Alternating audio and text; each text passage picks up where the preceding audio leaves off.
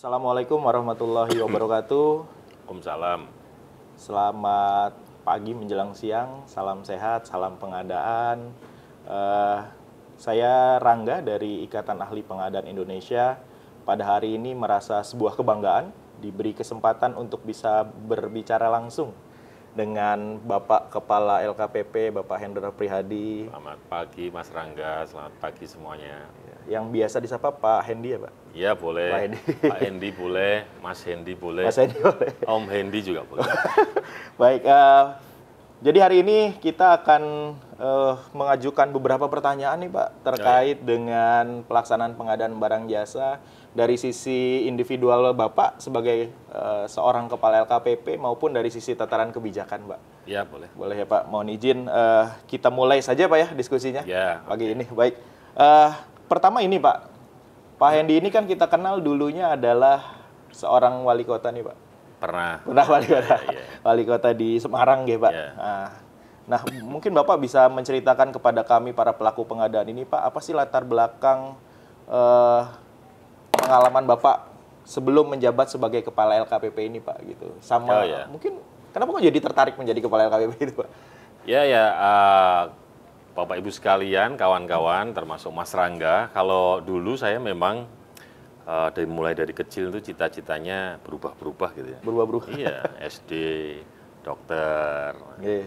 SMP, insinyur, Iya. SMA, jadi tentara gitu kan. Tapi setelah kuliah, loh kok nggak bisa ya, saya nggak bisa mengejar itu. Nah, di waktu kuliah itu saya kemudian menemukan bahwa apalah arti sebuah jabatan itu. Yang penting bagaimana kita bisa memberikan manfaat buat orang lain, buat keluarga kita.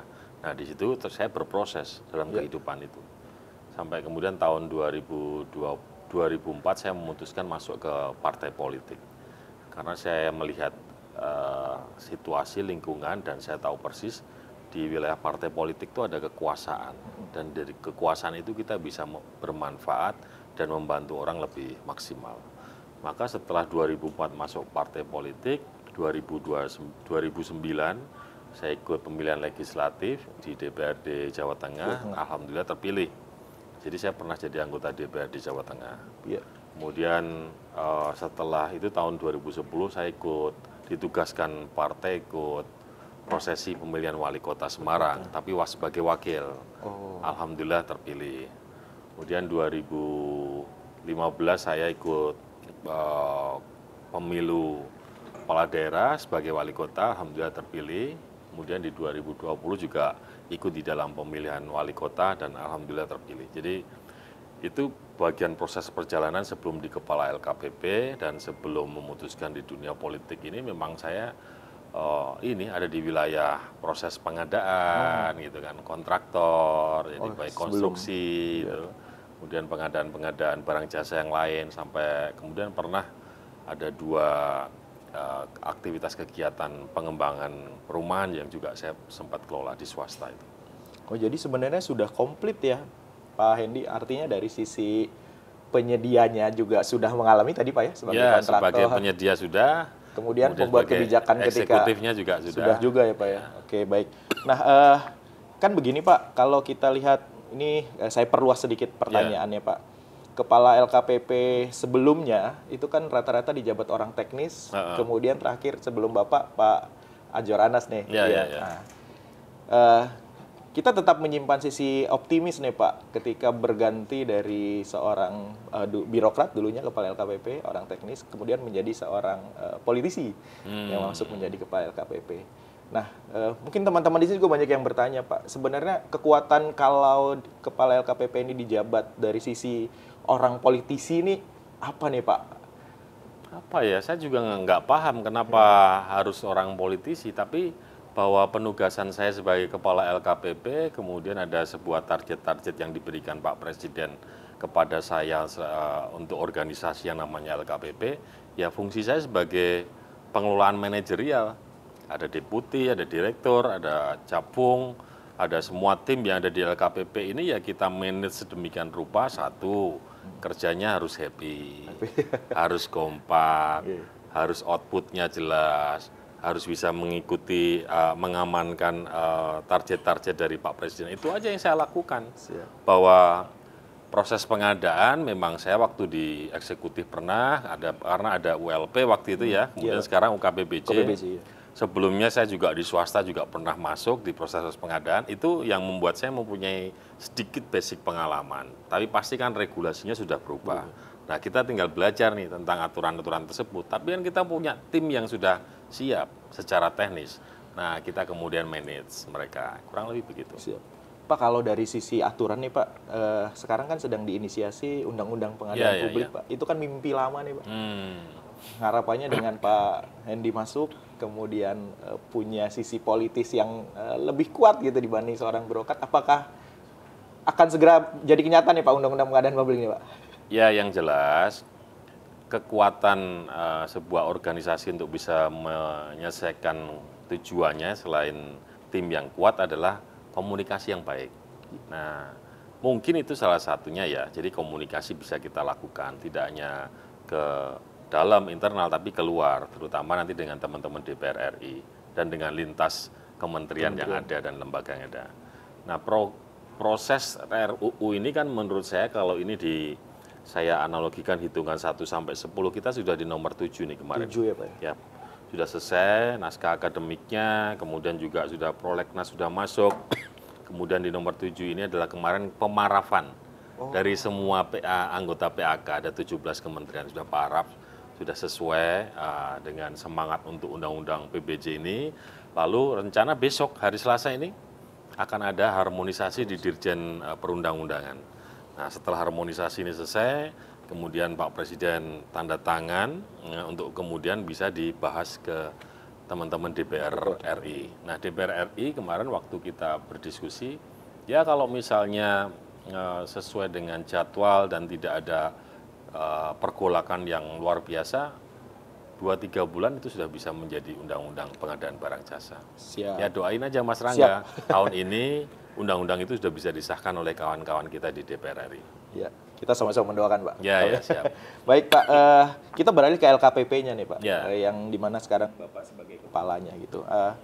Ketika Bapak masuk, kemudian sampai hari ini, bagaimana sih Pak Bapak menilai kinerja LKPP saat ini? Gitu? Saat ini? Ya, dari periode awal nih Pak, perbandingannya ketika Bapak masuk sampai hari ini.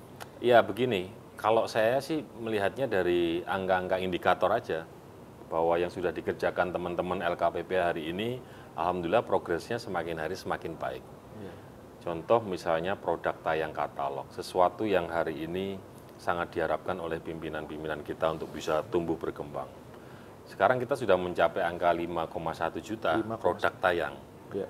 Bandingkan dengan awal 2022 yang mungkin masih puluhan ribu, ratusan ribu, akhir 2022 zaman Pak Anas sudah mencapai 1,5 juta, kita start 2023 sudah mencapai 2,4 juta, sekarang bulan Juni akhir nih ya, sudah 5,1 juta, sudah over target. Ya. Kemudian transaksi katalognya juga sudah mulai meningkat. Kalau kita perbandingkan, di tahun 2022 transaksi katalog dari semua RUP itu sekitar 17% dari RUP yang ada. Ya. Nah sekarang di 2023 ini, di bulan Juni, kita sudah over dari tahun lalu, kita sudah mencapai 23%. Jadi gambarannya dengan transaksi sekitar 91 triliun per akhir Juni ini, itu sudah melewati transaksi katalog tahun 2022. Kemudian juga RUU PBJ juga progresnya sudah semakin baik, UMK-nya juga sudah semakin banyak yang terlibat, produk dalam negerinya juga sudah semakin meningkat. Nah itu yang terus kita kejar supaya kemudian konsistensi daripada user, penyedia jasa untuk bisa menampilkan UMKM, menampilkan produk dalam negeri sebagai bagian transaksi pengadaan barang jasa publik ini bisa tetap berjalan sampai tahun-tahun yang akan datang. Baik. Kalau dari sisi sistem pengadaannya Pak, apakah akan? Ya, sistem pengadaannya memang begini. Kita ini kan sudah punya e-katalog gitu ya. Ya. Dengan animo yang sangat luar biasa, maka sebenarnya diperlukan sebuah mesin yang lebih bagus lagi, yang lebih kenceng lagi gitu kan. Kalau mengembangkan yang ada di sini butuh biaya besar.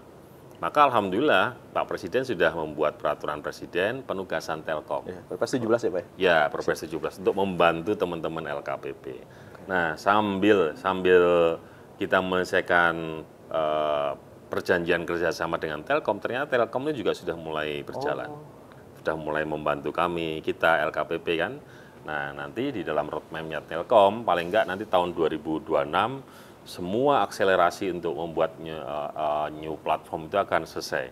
Tapi di tahun ini 2023 Telkom juga punya target, 2024 juga punya target, 2025 juga punya target, dan kami merasa Telkom sangat support untuk kemajuan transaksi e-katalog lewat LKPP ini. Oke.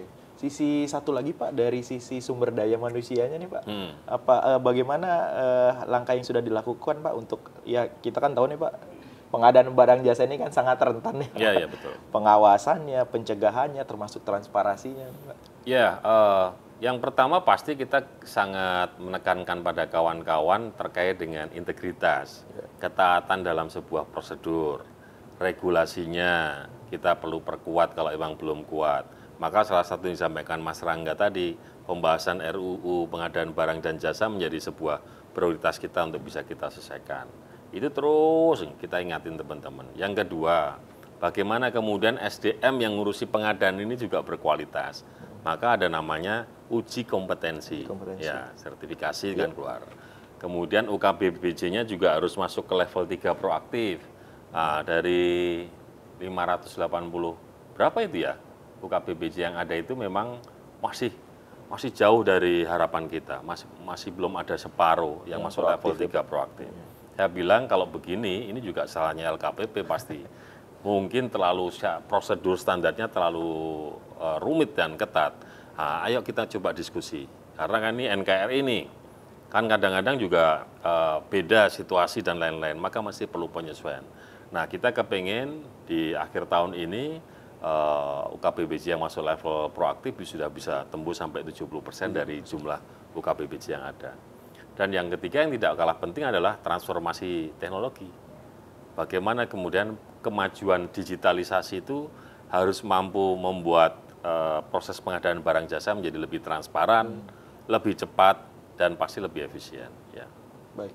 Dan itu support ya Pak dari Pak Presiden semua? Oh iya, kita kan selalu melaporkan apa yang sudah kita kerjakan, kendalanya juga kita laporkan, dan Pak Presiden sangat support terhadap pengadaan barang jasa yang ada di bangsa kita ini. Siap. Yang itu tadi dari sisi sistem, dari sisi indikator-indikator capaian, kemudian sumber daya manusia, ini dari pihak luarnya Pak, dari penyedianya nih Pak. Oh iya, gimana? Kan apa ya Pak, UMKM nih prioritas nih Pak ya. Kebijakan-kebijakan LKPP selain sudah beberapa kebijakan yang dikeluarkan nih Pak, kedepannya akan seperti apa nih Pak untuk UMKM-nya Pak? Ya, selain regulasi yang mendorong pengadaan barang jasa supaya melibatkan UMKM paling tidak 40% di dalam proses transaksi mereka, kita juga menyampaikan pada teman-teman di internal LKPP. Jadi teman-teman ini tidak boleh kemudian hanya ada di kantor, hanya duduk di meja, menyelesaikan pekerjaan. Ya itu bisa juga, cuman pasti tidak akan bisa merasakan situasi yang ada di lapangan. Jadi saya setiap minggu, saya minta teman-teman untuk bisa turun ke bawah. Terutama mendorong teman-teman UMKM ini untuk bisa melakukan transaksi di katalog. Ya, jadi kan beraneka ragam. Ada yang UMKM yang sudah siap, UMKK ya, UMKK yang sudah siap, kemudian mereka tayang di katalog, kemudian mereka bertransaksi. Ada juga yang mereka terkait kemajuan teknologi ini mereka masih belum paham. Jadi mesti tim kita ini turun, ajak pemerintah daerah, ngajak kementerian terkait, UMKM-nya dikumpulin. Ini loh caranya begini-begini. Anda akan bisa punya tambahan pasar baru, APBN, APBD. Itu sudah terus dilakukan. Nah, ketemu lagi masalahnya, apa itu? Setelah tayang di katalog, mereka merasa sudah selesai UMKK ini. Pak, saya sudah tayang katalog ini sudah setahun kok nggak ada yang beli. Ya, maka perlu dimarketingin juga bahwa produk mereka harus bisa diketahui oleh user-user atau pemerintah daerah wajib berpihak pada mereka dalam proses pembelian pengadaan barang jasa. Nah, itu strategi yang kita lakukan selain kita koordinasi dengan Pak Mendagri Ya. untuk bisa melakukan monitoring evaluasi pemerintah daerah mana yang yang transaksi dengan UMKK dan PDN-nya itu terbaik, pemerintah daerah mana yang belum melakukan dengan baik. Ini mesti ada monitoring evaluasi. Yang ke Pak Menko Marifest, Pak Luhut, kami juga sampaikan kementerian lembaga mana yang sudah menjalankan dengan baik, kementerian lembaga mana yang belum menjalankan dengan baik, supaya kemudian saling mengingatkan. Ya. Yang bentuknya kayak business match itu ya Pak ya? Jadi Ya, ada, salah satunya itu. ada reward, ada penghargaan. Ya, salah Baik. satunya. Oke Pak, dalam periode kepemimpinan Bapak di LKPP nih Pak, kalau boleh nih Pak. Boleh Kalau dong, maksud boleh, sama Pak. serangga. Kira-kira nih Pak, kalau menurut Bapak, kebijakan atau penerapan aturan apa yang, atau program apa yang menurut Bapak paling sukses nih Pak? Aduh, Sampai hari ini nih Pak, sampai hari ini dulu nih Pak. Kita doakan ke susah depan ya. masih banyak lagi nih. Ya, susah untuk bisa menyampaikan apa keberhasilan kita. Mestinya orang lain yang melihat. Tapi paling tidak tadi yang saya sampaikan tadi adalah bagian daripada upaya kita untuk bisa membuat LKPP ini membumi gitu ya. Iya. LKPP turun ke bawah. LKPP tahu situasi, menyerap aspirasi, kesulitan-kesulitan UMKK di bawah, kemudian kesulitan penyedia jasa di tingkat bawah. Karena jujur saja, kita juga harus mengakui bahwa di wilayah timur, wilayah barat itu tidak seheboh dan sebagus yang di wilayah tengah dalam proses penerapan teknologi. Ya. Maka ini perlu kita masifkan turun ke bawah. Teman-teman LKPP hari ini saya minta udah kamu ke wilayah timur, yang tim ini udah kamu ke wilayah barat, yang tengah ini sudah oke lah, ya nggak perlu dirisaukan. Nah dari upaya-upaya kita ini kalau kita lihat dari data statistik yang ada, alhamdulillah ada progresnya. Kan jadi artinya juga ada keberhasilan kawan-kawan untuk memotivasi teman-teman untuk bisa bertransaksi lewat katalog dengan peningkatan produk dalam negeri dan keterlibatan UMKK. Berarti itu tadi Pak ya, mendekatkan jarak Pak ya, membumi Iya, tadi betul. Pak. Jadi kehadirannya itu dirasa gitu. Ya, jangan jadi lembaga yang eksklusif, yang orang mau ketemu aja sulit gitu kan, kayaknya untouchable gitu ya. Jadi justru saya masuk ke sini, teman-teman saya minta untuk bisa lebih turun ke bawah, lebih menyapa para teman-teman penyedia jasa maupun user yang ada di pemerintah daerah. Baik Pak, capaian sudah, kemudian tadi program yang diunggulkan sudah. Ini saya tanya ke depannya nih Pak. Apa itu? Bagaimana rencana LKPP ke depan nih Pak untuk proses pengadaan barang jasa pemerintah nih yang akan prioritasnya seperti apa gitu? Iya Mas Rangga, saya belum bercerita apa yang menjadi angan-angan Pak Presiden terhadap LKPP. Jadi pertama, proses pengadaan barang jasa ini kan sangat luar biasa kalau kita mau optimalkan. Ya.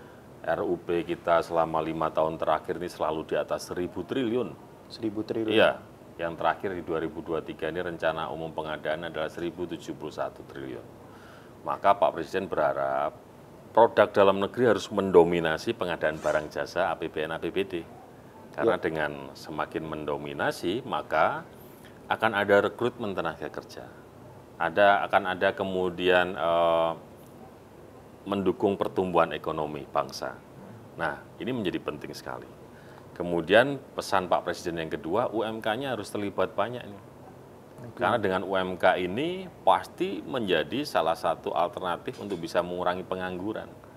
Nah, kalau zaman muda saya, mungkin beda sama zaman muda Mas Rangga yang sekarang. Itu kan orang tua menyekolahkan anak, kemudian harapannya setelah itu jadi PNS. Iya, betul Pak. Jadi pegawai BUMN dan lain-lain. Ya kalau diterima, kalau enggak. Nah, maka UMKK ini menjadi salah satu alternatif untuk mengurangi pengangguran sekaligus mampu menghasilkan pengadaan barang jasa yang bermanfaat, berkualitas, transparan, dan pasti efektif. Yang ketiga, Pak Presiden menyampaikan bahwa di dalam proses pengadaan barang jasa ini harus transparan. Jangan ada yang diumpet-umpetin lagi. Jangan ada yang dimain-mainin lagi. Caranya gimana? Buatlah sistem pengadaan yang lebih transformatif gitu ya. Namanya apa? E-purchasing. E-katalog ini. Sekali e-katalog ini sampai kapanpun rekam jejaknya kan akan terlihat. Orang kan pasti nggak akan berani main-main lagi. Dari masa ke masa kelihatan. Oh, pengadaan 3 tahun yang lalu PCV ini pemenangnya dan lain-lain. Kenapa ini dimenangkan? Oh, harganya terendah. Kenapa ini dimenangkan? Oh, karena kualitasnya bagus. Ini semuanya terekod. Yang keempat adalah efektif. Bagaimana bisa efektif, efisien? Lah iyalah, wong pasti angka-angkanya terlihat semuanya dengan e-purchasing. Dan yang kelima tentu saja harapannya adalah ada transformasi digital. Nah itu yang kemudian kita kerjasama dengan Telkom. Yang harapannya sistem new platform itu akan mampu mendukung proses pengadaan barang jasa di Republik ini dengan baik, transparan, efektif, kemudian penyerapan anggarannya cepat, produk dalam negerinya yang dipakai semakin banyak, UMKK-nya juga semakin banyak terlibat. Lapangan kerja makin terbuka Ya, gitu ya Pak? Itu harapan kita ke depan. Siap. Oke, jadi itu amanah Pak Presiden yang disampaikan ke Pak Hendy nih selaku Kepala LKPP. Ya, waktu itu. Oke. Pak, dari sisi, kami kan kebetulan dari IAPI nih Pak ya. Lebih ke arah sumber daya manusianya gitu ya. Nah, jadi kalau boleh saya sedikit ceritakan Pak, IAPI ini kan didirikan sejak 2008 Pak. 2008, dulu sponsornya LKPP gitu Pak. Nah kemudian visinya menjadi mitra strategisnya LKPP, kemudian untuk pengembangan profesi pengadaan. Jadi Ketua IAPI periode pertama dan kedua itu dulu dijabat oleh pimpinan LKPP. Kalau sekarang ex officio gitu. Betul Pak. Kalau sekarang Pak Hendy kan ke Dewan Pembinanya IAPI, Dewan Pembinanya. Sekretarisnya kayak yang Patria itu ya? Betul, Pak Patria, sekretarisnya sekarang Pak. Nah, sejak awal pembentukan sampai hari ini banyak dilibatkan mendorong program kerja LKPP. Nah, kami dari IAPI Pak ingin meminta pandangan Bapak nih terkait peran IAPI dalam mendukung program kerja LKPP gitu Pak. Ya, saya rasa penting ya bagaimana profesionalisme kawan-kawan ASN ya terutama yang terlibat di dalam proses pengadaan maupun non-ASN juga ya. Japfung atau apapun itu ya. Nah, maka perlu ada materi-materi pelatihan, kemudian sharing, diskusi, bagaimana di tempatmu bisa berhasil, di tempatku ini ada kendala ini. Ini penting supaya kemudian pengadaan barang jasa itu bisa dilakukan dengan baik, tepat sasaran, manfaat, nah, kemudian juga sesuai dengan aturan regulasi yang ada. Kadang-kadang kan kita sering terjebak pada proses-proses pengadaan barang jasa, wah kepengennya yang lux-lux gitu ya. Tapi ternyata nggak dibutuhkan. Ya, contoh sederhana, misalnya membuat gedung perkantoran, wah megah gitu kan. Tapi nggak ada yang kerja di situ karena nggak tersosialisasi dengan baik. Maka ini mesti dirumuskan oleh tim-tim yang ada di dalam IAPI ini, bagaimana kemudian gedung itu sebelumnya dilakukan kajian yang mendalam, baik dan seterusnya, sisi kemanfaatannya. Jadi begitu proses pengadaan barang jasa selesai, tepat waktu, kemudian sudah mulai berdiri, ya bisa bermanfaat buat masyarakat. Atau hal-hal lain, jalan, kan gitu. Sudah tahu jalannya sering dilewati sama truk-truk besar. Udah gitu dibuatnya aspal, tipis gitu, nggak ada saluran kiri kanan. Ya paling hujan, pas musim hujan ya jalannya rusak lagi. Maka sebenarnya teman-teman mesti berdiskusi. Kalau di tempatmu gimana? Oh di tempatku pakai beton. Gitu. Jadi supaya lebih kuat lagi air hujan harus dialirkan di kiri kanan saluran. Oke. Maka inilah fungsi organisasi, instansi yang organisasi yang namanya IAPI untuk bisa membuat anggota-anggota yang terlibat itu semakin paham aturan dan semakin paham tujuan daripada pengadaan barang jasa. Jadi saya support. Siap Pak, pasti. Terima kasih banyak. Kebetulan tahun kemarin kan IAPI tuan rumah IPSM ya Pak, World Summit yang Bapak hadir juga. Di yang Bali di Bali. Ya? Betul. Iya. Okay. Tahun ini kan di Italia Pak ya.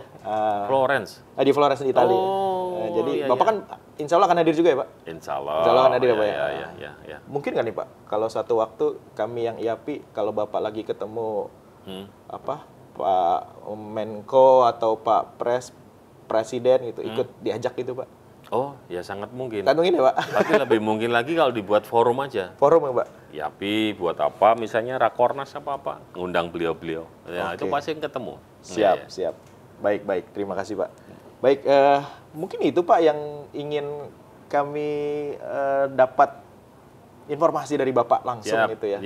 Terkait hal-hal dari seorang individu Pak Hendy, kemudian sebagai kepala LKPP, apa saja program kerjanya, kemudian harapan ke depannya, apa yang sudah dilakukan. Itu tadi sudah sangat banyak sekali disampaikan oleh Pak Kepala LKPP. Itu Pak. Terakhir mungkin Bapak ada yang ingin disampaikan ke seluruh pelaku pengadaan ya Pak?